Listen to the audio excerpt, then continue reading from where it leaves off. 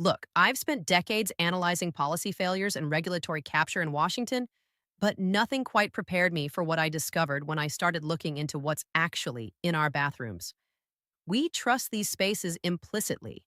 We assume someone, somewhere in government, is making sure the products we use every day are safe.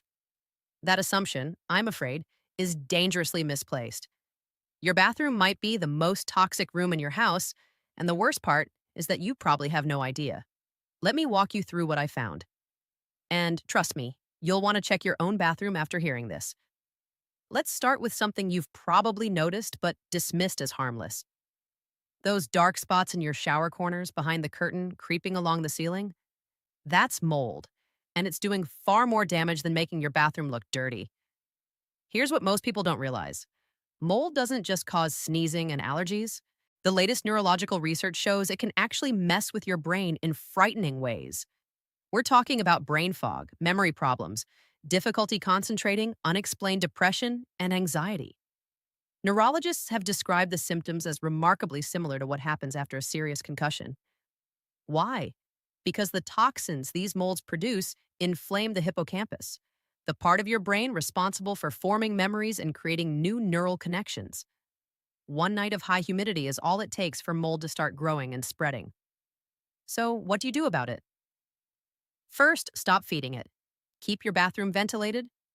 If possible, install an exhaust fan that actually pushes that stagnant air outside, not just recirculates it. Let it run even after you finish showering. If you don't have an exhaust fan, at minimum, keep your doors and windows open to prevent that trapped moisture. When it's time to clean, here's where most people make a critical mistake. They reach for bleach. Don't use bleach in enclosed spaces. You'll end up breathing chlorine fumes, which can trigger respiratory problems. Instead, spray the mold with white vinegar. Let it sit for at least an hour, then clean it off. You can boost the cleaning power with baking soda and a brush for those stubborn spots and grout in corners. And wear a mask while you're doing this because those mold particles become airborne and you don't want them in your lungs. Now, here's something even more concerning, and I guarantee you haven't thought twice about it. That plastic shower curtain hanging in your bathroom right now, the one clear or with those cheerful little designs on it. Every time you turn on that hot water, it's releasing a chemical cocktail into the air that you're breathing in.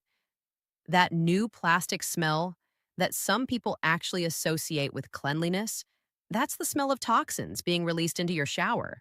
When hot water creates steam, that vinyl or PVC curtain starts off-gassing phthalates, which disrupt your hormones and throw your testosterone and estrogen out of balance. It releases dioxins, which have been linked to cancer, and it emits organotin compounds that weaken your immune system. Every single day, these chemicals are entering your body, increasing your toxic load. And over time, they can damage your liver, kidneys, and even your brain. The solution here is straightforward. Replace that plastic curtain with a tempered glass shower door. It's the safest option because glass doesn't release any chemicals, and it's easy to clean. Now, I understand that's not always financially feasible.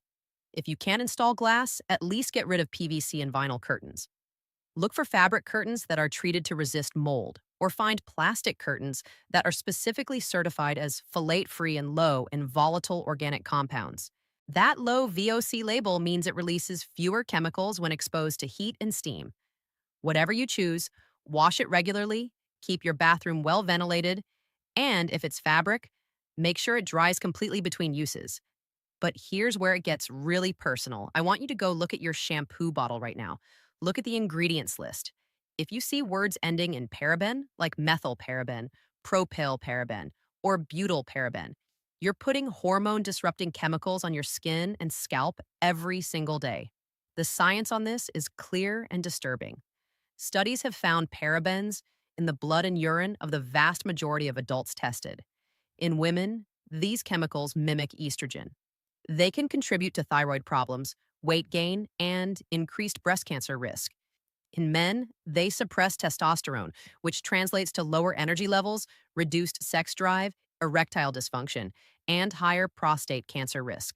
And it's not just shampoo we're talking about here, face creams, body lotions. They're loaded with parabens and synthetic fragrances that don't just irritate your skin. They absorb directly into your bloodstream. More toxins accumulate in your liver and kidneys, your immune system weakens, and your hormones go completely out of balance. For men specifically, beard care products are a particular trap. They're packed with these chemicals, and others like them. That pleasant scent lingering on your face after you shave, that's a chemical mixture sitting on your skin and absorbing easily. The skin on your face is one of the most absorptive areas of your body, and these substances go straight to disrupting your hormonal system. The result? Chronic fatigue, loss of muscle mass, irritability, accelerated aging, and intimate problems. The good news is there are safe alternatives. Read labels carefully and throw out anything containing parabens. Choose shampoos, creams, and personal care products that are clearly labeled paraben-free and fragrance-free. Look for products made with natural ingredients like coconut oil, argan oil, or jojoba. You'll protect your skin, your hair, and most importantly, your hormones. Now, let's talk about aerosols because this is where convenience has completely overridden common sense. Hairspray, spray on sunscreen, spray deodorants. They seem so easy and quick, but every time you press that button, you're releasing millions of tiny droplets into the air and you're breathing them in without even realizing it. Your body has no filter for particles that small. They travel deep into your lungs, into your alveoli, and from there, they pass directly into your bloodstream. This isn't just about throat irritation or a scratchy nose.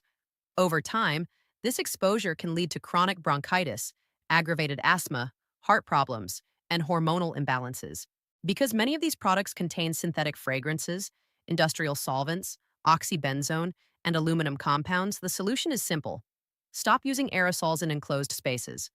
For your hair, switch to creams, pomades, or gels that hold your style without filling the air with chemicals. Just pay attention to the ingredient list. The shorter and simpler it is, the better. Make sure there are no ingredients ending in paraben and no synthetic fragrances. For sun protection, use cream-based sunscreens. The safest ones are mineral-based with zinc oxide. They work like a physical shield on your skin. They don't enter your bloodstream and they won't mess with your hormones. For deodorant, switch from spray to stick, roll-on, or cream formulas. And if they're made with natural ingredients like coconut oil, jojoba, or shea butter, even better. They work just as well without filling your lungs with toxins. Now we come to the most serious hazard, and this one primarily affects women who use makeup daily. That foundation powder, that blush, those eyeshadows, they can contain one of the most dangerous substances, talc contaminated with asbestos. And here's the terrifying truth. There is no safe level of asbestos exposure. Even tiny amounts can cause lung cancer, ovarian cancer, or a deadly tumor called mesothelioma, sometimes decades after exposure. This isn't some conspiracy theory. A major cosmetics company hid this problem for years and was forced to pay nearly $9 billion in settlements for cancer cases linked to their talc products. Laboratory testing in the United States found that many popular makeup brands from major companies contain millions of asbestos fibers in every gram of product. But talc isn't the only poison hiding in cosmetics. Lead, mercury, formaldehyde, they show up regularly. These substances damage your nervous system, impair your memory, increase cancer risk, and accelerate skin aging. Your daily beauty routine could literally be poisoning you. The way out is simple. Go through your cosmetics and throw away anything containing talc. Choose safer options that are certified free of heavy metals and synthetic fragrances, and that carry proper safety certifications. Whenever possible, go for cream-based products instead of powders.